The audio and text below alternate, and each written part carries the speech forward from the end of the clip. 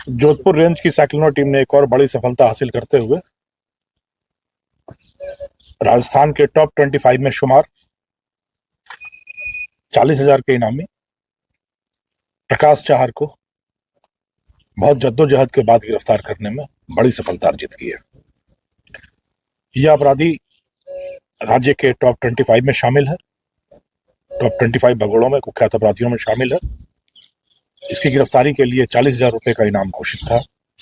यह 6 सालों से फरार चल रहा था और अभी तक की जानकारी के अनुसार 4 जिलों में, जालौर, सिरोही, जोधपुर कमिश्नरेट और बाड़मेर, 4 जगह के मुकदमों में है। जिस तरीके से हमारी रेंज की साइक्लोनर टीम और पूरी रेंज की टीम मादक द्रव्यों के कुख्यात तस्करों के खिलाफ कमर कस के अभियान चला रही है, विशेष रूप से इसके जो सूत्रधार हैं, जो किंगपिन्स हैं, जो सरगना हैं, जो मेन आपूर्तिकर्ता हैं, उन पर हम लोगों ने ध्यान केंद्रित कर रखा है और करीब करीब 40 इस तरह के किंगपिन अब तक पकड़े गए हैं, जिसमें से ये एक बहुत बड़ा कैच है। प्रकाश चाहर पिछले करीब 11-12 वर्षों से इस व्यापार में है। बहुत ही रोचक इसकी जीवन कथा है। लकड़ी का काम करने के रूप में इसने अपना व्यापार शुरू किया उदयपुर में अपने किसी रिश्तेदार के साथ। फिर वहां से मार्बल का काम शुरू किया और काम की थकान मिटाने के लिए इसने अफीम और डोडा चूरा लेना शुरू किया और उसी और अफीम और डोडा चूरा से फिर इसने अपने जीवन की गरीबी दूर करने का बीड़ा उठा लिया। लंबे समय से जो मादक द्रव्यों का एक नेटवर्क चलता है, चित्तौड़, मंदसौर के इलाके से मारवाड़ की तरफ सप्लाई करने का, की आपूर्ति का, यह धीरे धीरे उसका सरगना बन बैठा। इस ऑपरेशन का नाम ऑपरेशन तमस रखा गया क्योंकि नशे के जहर के माध्यम से लोगों के जीवन में स्याह अंधेरा फैलाने का अभियान शुरू किया और विडंबना देखिए कि नाम स्वयं प्रकाश था। खुद का नाम प्रकाश और समाज के जीवन में अंधेरा फैलाने का काम, तो इसलिए इसका नाम ऑपरेशन तमस रखा गया था। इसके काम करने का जो तरीका था, इसने अपने आप को निम्बाहेड़ा के एक छोटे से कस्बे में स्थापित कर रखा था। वहीं से अफीम और डोडा चूरा जमा करना और अपने गुर्गों के माध्यम से मारवाड़ में आपूर्ति करना, यह इसका खेल चलता रहा काफी लंबे समय तक। जब हम लोगों ने सरगनाओं पर शिकंजा कसना शुरू किया तो इसके बारे में जानकारी मिली। एक बार साइक्लोनर टीम निम्बाहेड़ा में इसके ठिकाने तक पहुंची और वहां पर यह डेयर डेविल एक्ट करते हुए छत से कूदकर एक मोटरसाइकिल पर निकल भागने में कामयाब हो गया। यह करीब 2 महीने पहले की बात है। ये निकलकर भागने में कामयाब हो गया और उसके बाद इसने अपना डेरा बॉम्बे में जमाया। वैसे तो मुझे ज्यादा बताना नहीं चाहिए, बट मैं फिर भी बता रहा हूं कि इसका जो साला है उसको हमने अपने कब्जे में लिया। साले के माध्यम से पता चला कि यह बॉम्बे में रह रहा है, मुंबई में, और मुंबई से ही यह बीच बीच में फोन करता रहता है। जब हमने उस सूत्र सूचना पर काम करना शुरू किया तो इसके शातिर पने की इम्तहा यह थी कि यह वहां पर ट्रेन में चढ़ता था, लोकल ट्रेन में, और किसी भी आदमी से उसका फोन लेके कि भाई साहब एक फोन करना है, अपने 2-3 कॉन्टैक्ट्स को फोन करता था और फिर ट्रेन से वापस लौट आता था। तो कोई ठिकाना मिल नहीं सकता था कि कहाँ रहता है, कैसे रहता है। पर जब हमने देखा कि कैसे ट्रेन पे चढ़ता है और कब आखिरी कॉल होता है और कब निकलता है, तो एक पैटर्न पुलिस के पास आया कि यह वहां के भाईंदर इलाके में कहीं ना कहीं रह रहा हो सकता है। फिर हमारी टीम करीब 15 दिन तक मुंबई के भाईंदर इलाके में रही, पर इसका कोई ठिकाना नहीं था। चूंकि जो हमने आपको बताया कॉल करने का तरीका वो बड़ा ही शातिर तरीका था, तो वहां लकड़ी का काम करने वालों से जब हम लोगों ने कांटेक्ट किया, कई तरह के मजदूरों से, तो उन्होंने बताया एक है जो बड़ा रईस की तरह रहता है और बड़े बड़े शौक रखता है, पर लकड़ी का कारीगर है। तो उस ठिकाने पर जब हम पहुंचे तो हमारी बदकिस्मती से वहां से 2 दिन पहले ही निकला था जिसके पास ठहरा था। पर जब हमने उस आदमी के तकनीकी चीजों का विश्लेषण शुरू किया तो एक नया पैटर्न निकल के आया गुजरात के नवसारी में। सूरत से आगे नवसारी जिला है गुजरात का, वहां एक नया कॉन्टैक्ट स्टैब्लिश होता दिखा। फिर हमारी टीम गुजरात के नवसारी पहुंची, 5 दिन तक वहां कैंप किया। वहां फिर हम लोग लकड़ी का कारीगर बनकर नौकरी खोजते रहे। एक दुकान में हम लोग पहुंचे वहां नवसारी इलाके में, गांव का नाम बिलीमोरा इलाके में लकड़ी का काम खोजते हुए हम लोग पहुंचे तो वहां एक कारीगर ने हमें इस तक पहुंचाया, ये मालिक हैं हमारे और ये आपको काम दे सकते हैं, आप इनसे बात करो। तो जब वो ठिकाना हम लोग करीब 5-6 दिन की जद्दोजहद के बाद वहां तक पहुंचे, जब इसकी पहचान हो गई कि ये यही है जो वहां लकड़ी के कारखान का बड़ा कारीगर बनकर, उस्ताद बनकर बैठा है, तो फिर हमने सहयोग लिया नवसारी, गुजरात के नवसारी जिले की पुलिस का, उनकी विशेष टीम के साथ दबिश देकर इसको हमने बिलीमोरा इलाके में गिरफ्तार किया। करीब 5 महीने तक अपने शातिर पन्ने से ये हमारी परीक्षा लेता रहा। हम लोग 2 जगह असफल हुए, पर अंतिम तौर पर नवसारी इलाके से इसकी गिरफ्तारी हुई। अभी तक की पूछताछ में बहुत ही सनसनीखेज खुलासे आ रहे हैं कि एक पूरा विन्यास, एक पूरा पैटर्न, किस तरीके से नशे का कारोबार फल फूल रहा था और किस तरीके से इसको बढ़ाया जा रहा था, उस पर काफी प्रकाश डाल रहा है प्रकाश।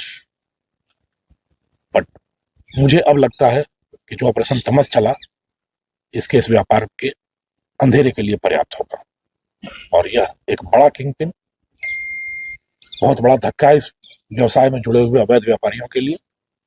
और मैं उम्मीद करता हूं कि इसके साथ ही हम लोग एक बड़े नेटवर्क का पटाक्षेप करने में और नशे के कारोबार पे सख्त शिकंजा कस सकने में सक्षम हों। तो सर, क्या महाराष्ट्र, गुजरात और राजस्थान 3 राज्यों में इसका नेक्सस फैला हुआ था?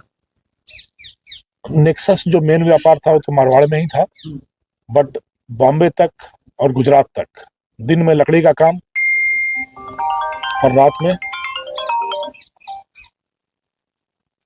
नशे का व्यापार का ताना बाना बुनना। यानी दिन में आप कह लो लकड़ी का फर्नीचर बनाना और रात में लकड़ी के ताबूत बनाने की तैयारी करता हूँ नशे के व्यापार के माध्यम से। ये चल रहा है। अब तक इसको कितने मुकदमे अभी तक जो, चूंकि यह मेन सप्लायर बन के कहीं बैठा होता था, सफेद पोस्ट जो कि दूसरी तीसरी कड़ी में आते हैं। आमतौर पर क्या होता है कि इस तरह के मुकदमों में जो कैरियर्स होते हैं वो पकड़ में आते हैं और जहां सप्लाई जाती है वहां आता है। तो इस चलते इस पर मुकदमे अभी तक करीब 7-8 मुकदमों का पता चला है।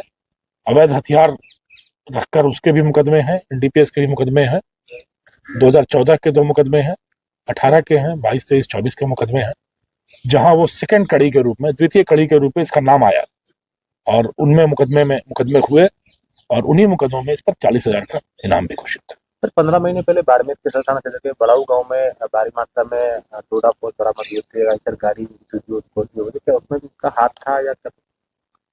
सदर थाने का जो मुकदमा आप बता रहे हैं उसमें इसका नाम है और सप्लायर के रूप में मुख्य एफआईआर में ही नाम था और 2 मुकदमों को मिलाकर ही बाड़मेर के इस पर 40,000 रुपए का इनाम घोषित किया गया था।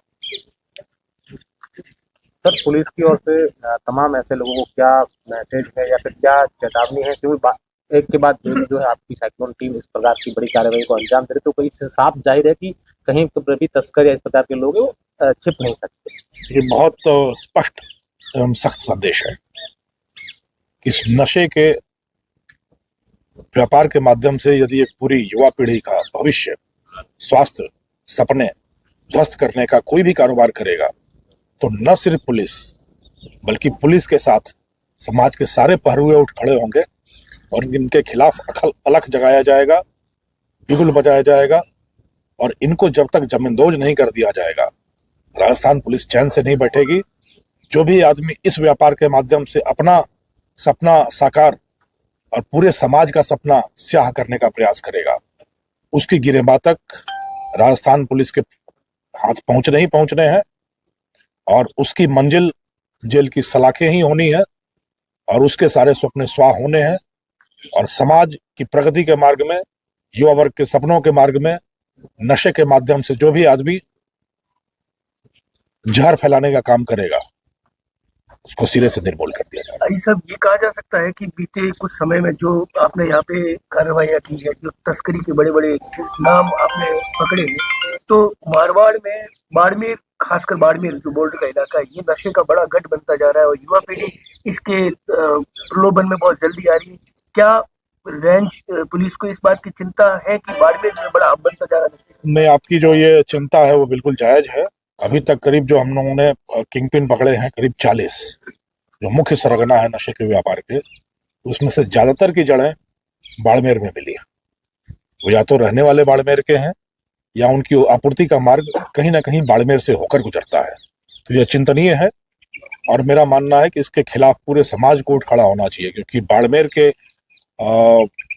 मुख पर यह जो धब्बा लग रहा है इस नशे के व्यापारियों के माध्यम से और कुख्याति अर्जित हो रही है, इस पर कहीं ना कहीं लगाम कसने के लिए न सिर्फ पुलिस बल्कि समाज के सारे अवयवों को सामने आना होगा। पूरा समाज उठ खड़ा हो तभी इसको निर्मूल किया जा सकेगा। पर यह आपकी चिंता बिल्कुल जायज है कि कहीं ना कहीं बड़े सरगनाओं के सूत्र के रूप में बाड़मेर कहीं ना कहीं पटल पर आ रहा है। सर, ये कह सकते हैं कि लंबे समय से जो नशे का कारोबार चल रहा था उसकी मुख्य सरगना है जो अब धीरे धीरे पुलिस की गिरफ्त में आ रहे हैं। तो हम लोगों ने जो स्ट्रेटजी बनाई कि ये छोटे छोटे जो आपूर्ति करता है ये पकड़े तो जाते हैं, मीडिया में सुर्खियां भी बन जाती हैं, पर व्यापार प्रभावित नहीं होता। व्यापार तभी प्रभावित होता है जब मेन आपूर्तिकर्ता, जो मुख्य आपूर्तिकर्ता है, मुख्य सूत्रधार हैं और मुख्य वितरक हैं, उन पर प्रहार किया जाए। तभी कोई ना कोई मॉडल बस्ट होता है और तब जाकर इनके मेरुदंड पर प्रहार होता है। तो इसी कवायद के चलते अब यह थोड़ा सा दुरूह कार्य है, क्योंकि बड़े सुरक्षित होते हैं, शातिर होते हैं, दूर होते हैं और रडार से बाहर होते हैं। तो इनके लिए काफी शोध करना पड़ता है, इनके लिए काफी कवायद करनी पड़ती है, काफी जोर लगाना पड़ता है और तू डाल डाल में पात पात की उक्ति को चरितार्थ करना पड़ता है। समय भी लगता है, संयम भी चाहिए होता है, धैर्य भी चाहिए होता है। उदाहरण के तौर पर अभी जो प्रकाश की बात करें, ये पिछले 3 महीने में 2 बार हम लोग असफल हुए और 3 महीने से लगातार अभियान चलता रहा। पिछले 20 दिन से हमारी टीमें महाराष्ट्र और गुजरात में ही घूमती रही, नहीं आई। तो यह काम बड़ा श्रम साध्य है और यह श्रम साध्य, यह पसीना बहाना तब सार्थक हो जाता है जब यह पकड़ में आते हैं और समाज की सुरक्षा और रक्षा के हमारे एक दायित्व में एक और परचम लहराता है।